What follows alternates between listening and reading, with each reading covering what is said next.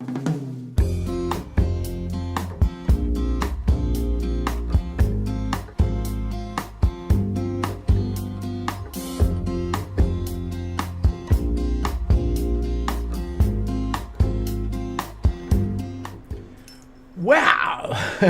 Hey, good morning, afternoon, evening, wherever you guys are in the world. Great to have you with us. I wish we were all sitting in the same room together. We can kind of pretend that we are and have some fun. We're going to look at your photos in a minute. We got a couple other news items here. Hi, Mike from Arizona. I wonder how cold it is there. We're getting some cold and we're getting a storm coming in, Carmel. I can't tell you how every time we get any kind of rain at all, it's so vital for California. It's become such a dry state. So we celebrate rain. It's just like a big deal for us. It's like, whoa, it's raining. This is awesome. And hey, Andrew. Okay, good. Great to see you guys.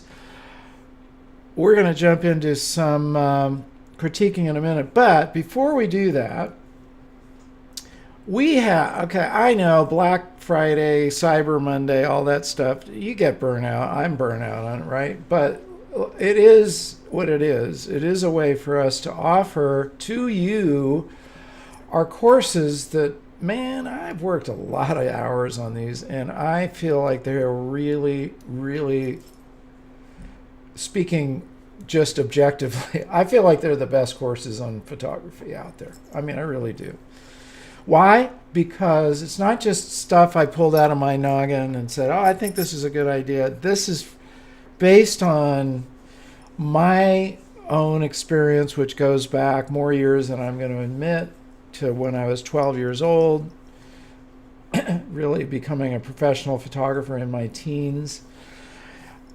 But even more so, all my interactions and my thousands of hours of interviews with top pros. I mean, these are the best people you're ever going to find, like Bob Holmes, Joe McNally, Bambi Cantrell, you name it, they're in there, right? So I gleaned all that data and I put it into my books and I put it into my courses. So what do we got here, Jared? This is the best collection. You guys want to kick your photography into the next level, set up 2023 to be your best year of photography. Get this collection. It's a huge discount. It's got tons of stuff in it. You will not regret it because there's so much information in here that you can take every aspect of your photography and really improve it. And it's also got my course with Bob Holmes where we walked around together, National Geographic photographer. Come on. And we also have a bonus book there that's never been released. Bob wrote it a while ago. Yeah, 6 ways to keep those creative juices flowing. All sorts of stuff. It's got, you can even do an order bump if you want, which means you can add on. That's still in there. I didn't realize that. I was going to take it out, but it's still there. We can do a one-to-one session on your photography, which is, look, I'm not going to mess around. We're going to get into your goals, your exact goals, and we're going to talk back and forth, and that's a huge value.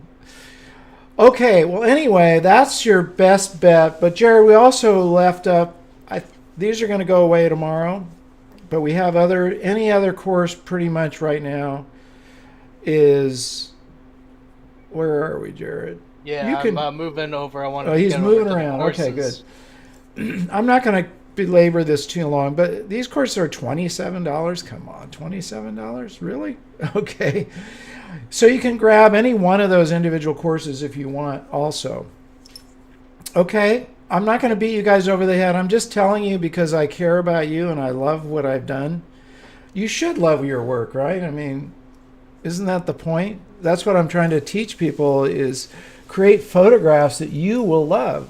At the end of the day, other people can love your work, but if you don't, I read a quote from one of my favorite authors, Robertson Jeffers. I put a post about him in my Instagram, and one of the lines is, "I hate my verse." I'm like, really? How would you want to feel that way about your work. I don't understand that, but anyway, I don't want you guys to feel that way. I want you to love your work, and I want to give you all the tools that I can possibly think of. And in 2023, you're going to see so much new stuff you won't believe it. We have a huge array. We were just talking about this. So much new content coming your way. A lot of it will be free downloads that you can get. We'll have new courses. We'll definitely have a create course. At the end of the day, guys, here's the deal. The secret of life. The secret of life. You want to hear it from Marc Silber? The secret of life is that you want to be in a position where you're creating life, not having life create it for you. Okay? How do you do that? You become a creator. And I don't mean just in the artistic sense. I mean, you create your day, you create your week, you create your month, you create who you are even, you know? One of the things I noted from talking to these amazingly creative people is they all made strong decisions about where they wanted their career to go. And it didn't mean that it just snapped in place, but they were the director of the movie of their life. Think about it that way. They were the screenwriter, the producer, the director, the person who got the wardrobe together, everything. They assumed that role and made it happen. And that's a very important lesson learned. So I'm here to teach you that. Okay. Last chance. Okay. Now, let's get into what we're going to do today, which is do some critiquing here. So the first thing is, let's talk about this show being sponsored by our good friends at Bay Photo Lab. I love these guys. I love them. Why? Because they do excellent work and they give you really great customer service. And you can get 10% off on your favorite photo gifts. You can get these ornaments. You can do any of these things, 10% off there. That goes away on the 13th. What else? Just keep scrolling there. 25% off on your first order. Okay. But after the show, you should get something printed. And if you haven't done that, because this is really important, print your work. Get it out there. Get it out of your hard drive and onto your walls. I've got a lot of stuff. You know, consider your home or your office as your best gallery. And make sure you're displaying your stuff well. You know, not thumbtacked to the wall, but like a nice frame and matted. And, you know, it's professional because you want to put that professional image out. Okay, Jared, we're going to dive into some critiquing here. So I just want to, before we do that, say hi to you other guys that just joined us. Grace from San Francisco, and I bet it's going to be raining there too. Gear in Norway, and Majid in, I forget. Thank you guys. Maser from Brazil, Tim from Oklahoma, and Jose, good friend of Bob Holmes. Hola, I guess I don't know how to speak Portuguese, I'm sorry. Solamente Español. Are my books on Audible? Yes, they are. Every one of them right now. You can go to Amazon and you can buy them on as Audibles. How about that? You can listen to them. I do recommend that you at least get the PDF version along with it, just because my books are so visual.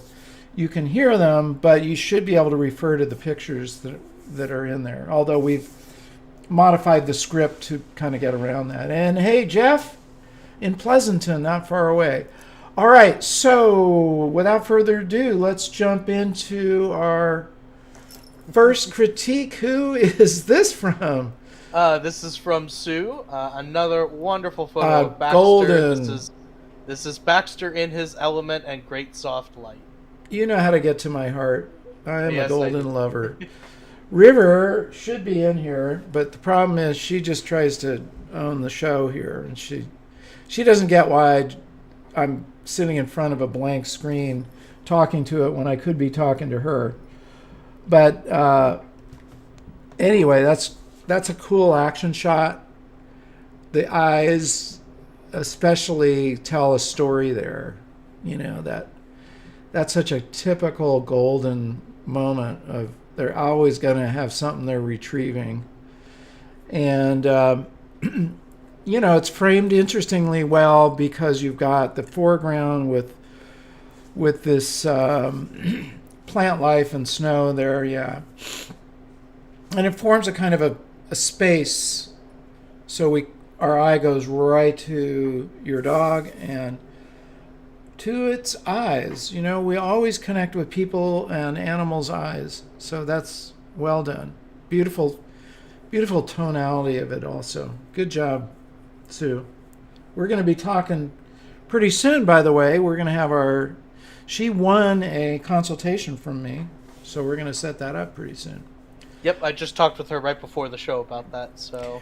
I am opening up, just so you guys know, 2023, some one-to-one consultation slots. And people have asked me, are we going to have physical workshops? Yes, we will. A little later in the year, we will do that. So stay tuned for both of those. The one-to-one will be done by Zoom, and we talk back and forth. You guys, if you're interested, you can sign up for that. And you can actually add that, as I showed you, to my other package. Okay, who's next? All right, this is our good friend Gier, who often is doing wonderful things with film and such. And while today's photo, you may not realize exactly what's gone into it, I'm about to tell it to you. Oh, yeah. So this is The Sorcerer and the Apprentice. And as Gier said, I found these beautiful shapes while walking in the nearby landscape. The composition is made as close as I could get without trespassing private property. I made it using zoom telelens 124 millimeters on a M43 camera. 66 images were stitched together to make a high resolution image that makes no sense on Facebook. But it gave me a wide angle look with a bit shallow depth of field, which I feel was needed for this landscape.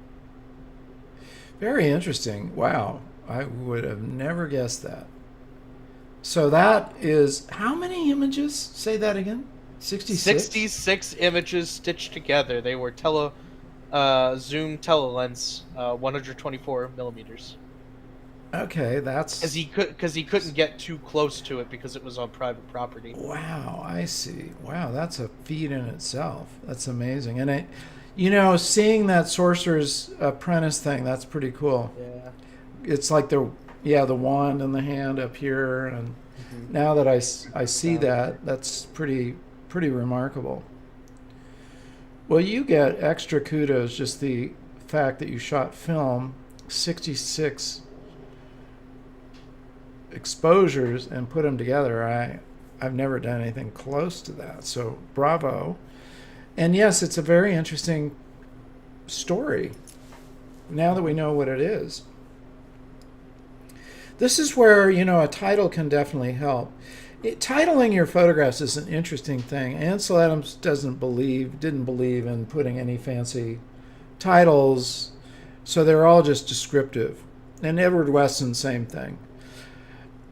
But the other day I was thinking, sometimes that's just too dry. It'll say kelp in Pacific Ocean or something. Okay, that's pretty dry. Why not? You could dress it up.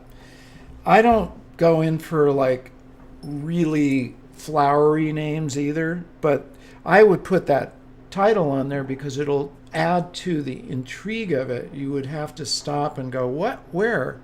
Like that. So that's, once I heard the title, it actually drew me in. So in this case, I think it's important to put a descriptive title. And Gear says in the chat that these are digital, so they're okay. M43 all right. camera. But still, that makes more sense. Wow, I was thinking, woo. Okay. Yeah, he often works in film, but this is when he's not working in film, he still finds a way to be very impressive with the way he works. Yeah. All right. Well, that's excellent. Okay, good. I see we're getting spammed in our little chat there. Yep, I took care of that. Good. Okay. Hey, that just means you're making it big, right? When people are They want to doing that. spam. They want to spam our critique show. Okay, cool. Yep. All right. So let's Our see who else we got here. our next photo is a question that was sent in, and also somebody asked, "How do you submit your images?" I just put a link to the AYP club Yeah. in the chat, so you submit them there, and I'm keeping an eye on people who join. Anyways, so this is from Grace, uh, over in San Francisco, and she says, "This is a California buckeye tree. Its scientific name being Astrolochus californica. I think that's how Okay. you say that. How might one approach this differently? It grows in my neighborhood park, and the new blooms are just sprouting. Thank you." So I think she's asking like, what are different ways that you can approach Yeah. Well, photographing this? it's first thing, I have seen buckeyes my whole life, but I've never seen one sprout like this before. So that's pretty unique. Yeah, it's more, I'm going to tell you this is more of a reportage type of photograph. In other words, buckeye sprouting. It's an illustrative photograph, which is fine. There's a lot of times you need that, right? If you're talking about the neighborhood plant life and you want to just show that. I As an artistic photograph, it doesn't really pop for me. But photography serves a lot of different purposes. So sometimes you do have just a recording type of photograph.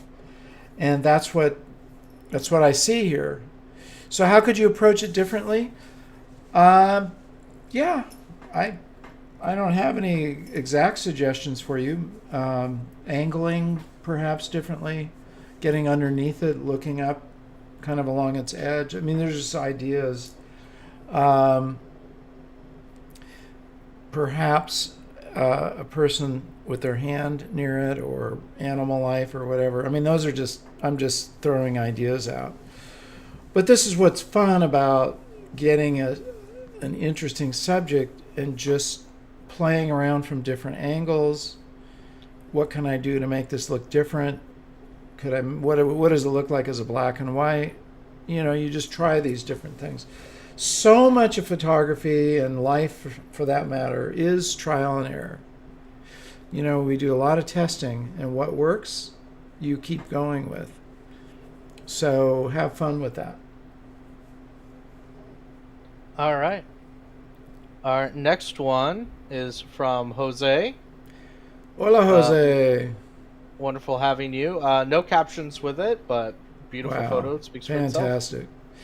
We can feel your connection to our good friend Bob Holmes. This is a wonderful photograph. Really is. All the things I love about it are the ripples. I love the ripples. I love the reflection. Smooth water. That's amazing. Mm-hmm. And the guy with the pole, well, there's your punctuation point right there. Look at that.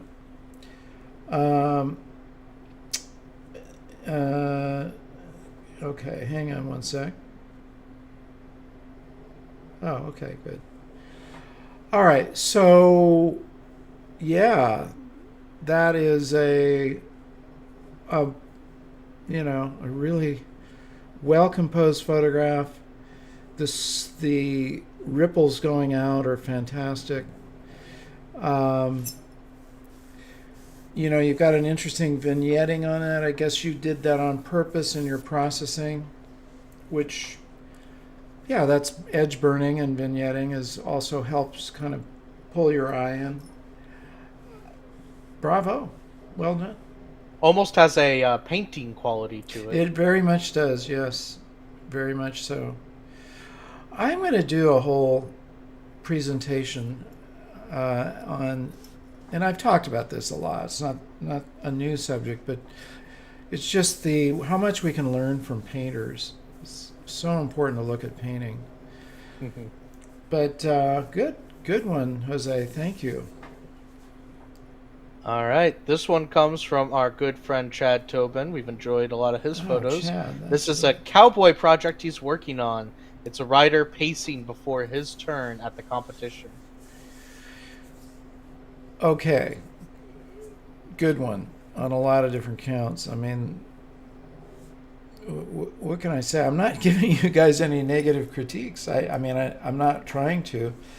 Um, I love silhouettes, and I think it's super effective how this is done. And the darkness, Bob Holmes says, leave darkness. That leaves people looking and questioning. Um, but we can clearly see this is a cowboy going somewhere, and where he's going is in the rodeo. But it's a story there because he's in motion. We can see the hand pulled back. We can see he's kind of looking. Yeah, he's looking down there. Really good one. Excellent. And I see this as part of a story for sure. Mm-hmm. Boom. All right. Keep making those stories, you guys. Speaking of stories, this is part of a group that our friend Mache is working on, documenting everyday life, a personal project that has no end. Sometimes not sharp photos, but shot on a manual sharpened 35 millimeter lens. Wow, that's really cool. That's a great photograph. The warmth and the joy, and it's interesting how you have them positioned in the frame. It works really well. And I love the face of the boy and the face of the mom, the connection between them. And we can see the setting, that it's obviously just their home. There's a lot of warmth there to it. And you've got just that one light coming in, which is your Vermeer lighting right there from the window. Yep. A lot of shadowing on the other side. That's Vermeer. It's Vermeer lighting, which is always great. It's always going to make good portraiture. Don't forget to use that. It's just such effective lighting, and you can do it at zero cost. You have a window. You don't have to go buy anything.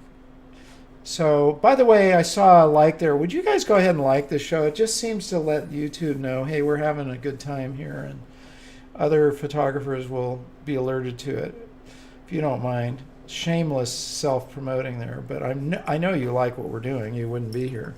And if you don't like it, I don't know why. What's there not to like?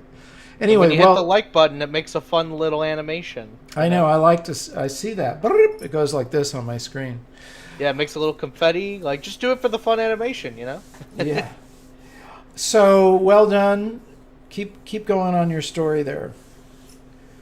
By the way, I am starting a new book, and it's not an educational book per se. It's a book about my area of Carmel, Big Sur, and the Central Coast of California. So I just started in Lightroom. I just made a collection on Sunday, and I'm going to start working on it, and I'll start filming behind the scenes so you can see my process. Like, how do you put a book together? Well, here's the process. So that might be helpful for you guys. Is that something you'd be interested in seeing? Just curious. A book before it was published. Okay. We've got one here. Yeah. This is from TC Levent. No captions with it. Good one. I love the second girl with her foot up. Yeah, that's really... It's amazing how those little gestures can make such a difference, because she's leaning in, and the other girl with her hands kind of like this, right? And that's both of them, your eye immediately goes to them. But then you go, this is how it works with photography. Your eye goes to a central point, and then you start looking and taking in other stuff. Like, what are these things written here? Wish you were. And then I don't know what the other things are saying. La la. Anyway, your eye starts going around there and getting like a taste of these different whatever's in the photograph. So well done. Yeah, right. Gare, that's right. We have a lot of great photographs here today, and I'm really happy with you guys. This Yeah, is our you guys always AYP club. you make it very difficult for me to pick which photos I'm gonna pick. So, and that's a testament to how good you guys are. All right, this is an interesting one. This is What? from Eddie. While across the road from this property taking seascapes, the owner, a 91-year-old painter and sculptor, invited me in for a look. She graciously allowed me to take a few images. This is one. I saw this on AYP Club and I really didn't know what it was. Now I get a better idea. I thought there was a real guy there, but it isn't. He's another doll. Hmm. You know, this is one of those reportage type photographs. I'm being straight with you. It's not really an artistic photograph. It's a uh, documentary. We're documenting this person's house or your neighborhood or something. Uh, you might consider making it a black and white.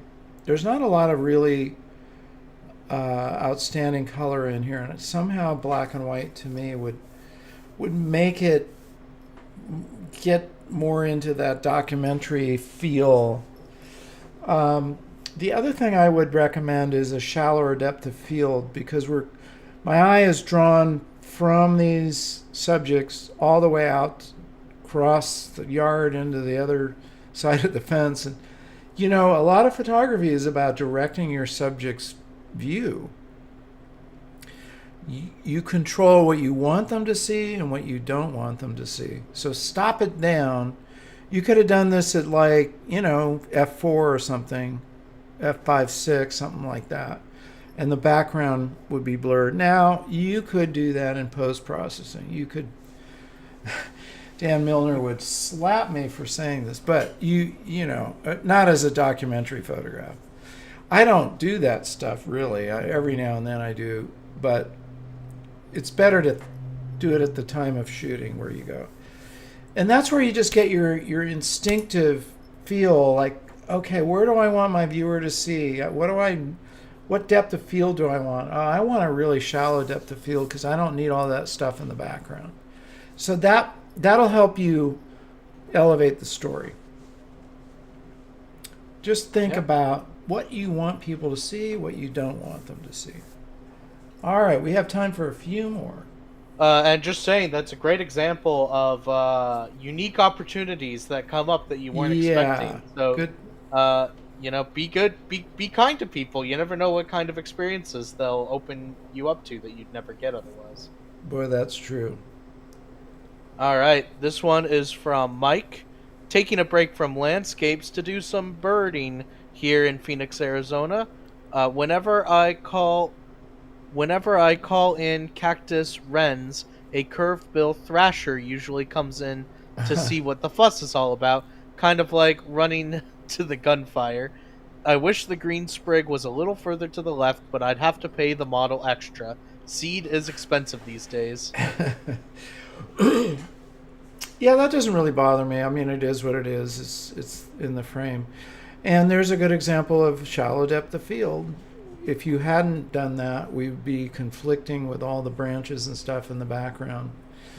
But, what's also really important when you're photographing animals and people, make sure their eyes are sharp, which this is very sharp, and you even have a little bit of a highlight in the eye from the light there, which also is a nice feature.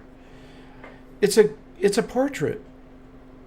Whenever I photograph animals, I think of myself as a portrait photographer. In that case, this is an animal that to me, they become aware that you are photographing them. It's really amazing. I've had horses pose for me, deer, dogs. My dog, of course, River, is my favorite model. And birds, they pose for you. Hey, they've got their own brand, right? Why not? Anyway, well done on that one. That's a good one. All right, I think we got time for one more. This one was just submitted.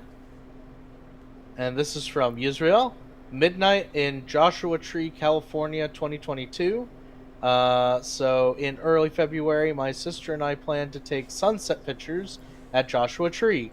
Arriving a little later than anticipated, the golden hour slipped by us too quickly to capture much of anything, so we stayed until the night to try to see some night shots. We attempted many different tripod setups on different trees until we finally found the one. My sister clicked the shutter while I semicircled the tree back and forth, light painting the tree from various angles, and voila. Okay, that is a cool photograph. Just I just got to say right off the bat, I I like it for a lot of reasons. The stars in the background, yeah, and the fact that you lit it up. Now, tell me a little bit more about this light writing. That's a very interesting thing that you've done here.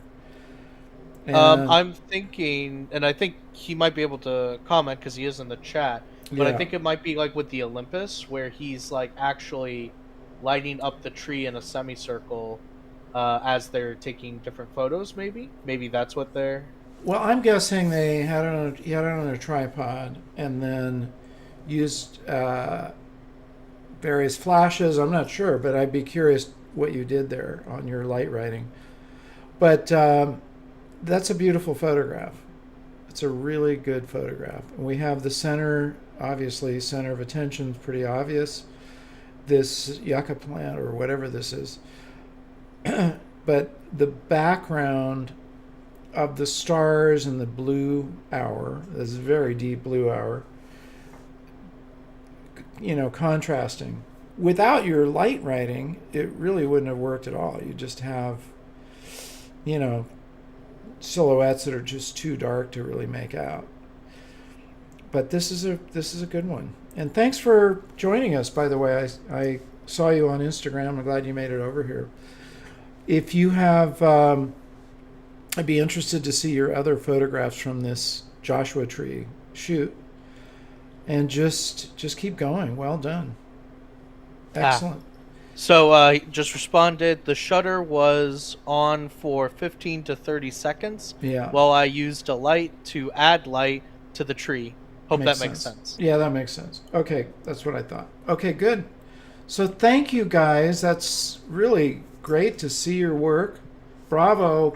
Keep interacting amongst yourselves in the AYP club. That's the point of that, is you guys working together to help each other advance your photography. And then I will jump in from time to time and do these critiquing, which is kind of my way to give you feedback. I'd rather do it rather than sitting there and typing stuff. I'd rather do it like this. Okay, just to wrap up, I'm going to hit you one more time. This is your last day. Jared, maybe just put that back up there for a second. Yeah, you can grab this. You can grab our other stuff. The link is, I assume, in the chat there. Yep. I'll make sure. I would love to have you guys have this collection and, elevate your photography to the next level. And if you want to give yourself a big jump, sign up for the one-to-one coaching with me, because we will be focused 100% on you. No, not anybody else. 100%. And I always start by asking, what are your goals? Now, that in itself is a pretty powerful question. What are your goals? Like, what are you going for? What do you want to achieve with your photography? We can all kind of just do stuff and make photographs, but where you're going with it, what do you ultimately want to do? Do you want to tell stories with it? Do you want to have an exhibit? Do you want to create books? Or do you just want to feel satisfied with your work? But where you're going has everything to do with your journey. Think about it. As a young mountaineering instructor, it was always about the goal. Where are we headed here? We're headed to Wyoming, the Wind River Range, and we're going to hike for 30 days and climb these big peaks and come back with all these adventures. There's always a point to, a story always has a point to it. And we want to build that story for yourself, not just with individual photographs, but really your whole career. And you may say, Mark, I don't intend to be a professional photographer. yes, you are a professional photographer. You may not intend to sell your work, but you should have a professional standard. That's what I'm seeing here. These photographs, I'm seeing are professional standards. That's what you want to shoot for. There's no point in ever being an amateur.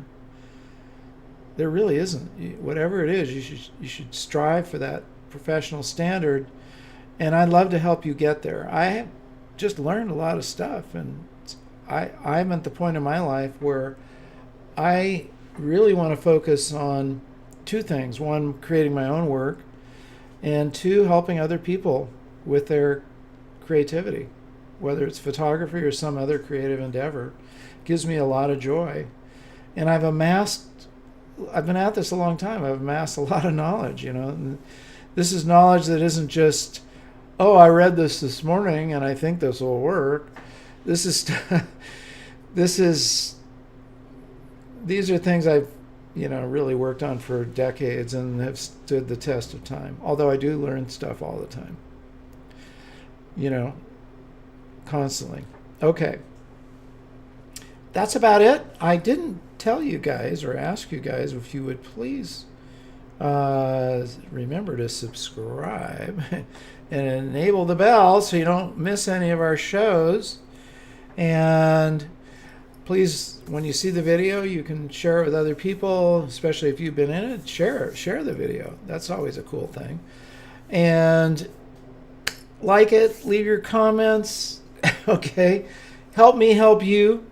That's the other thing. When you guys buy our stuff, you're also helping AYP, because we don't make money from the AYP club, and we make some coffee money off this YouTube thing, and that's about it. Enough to buy some coffee.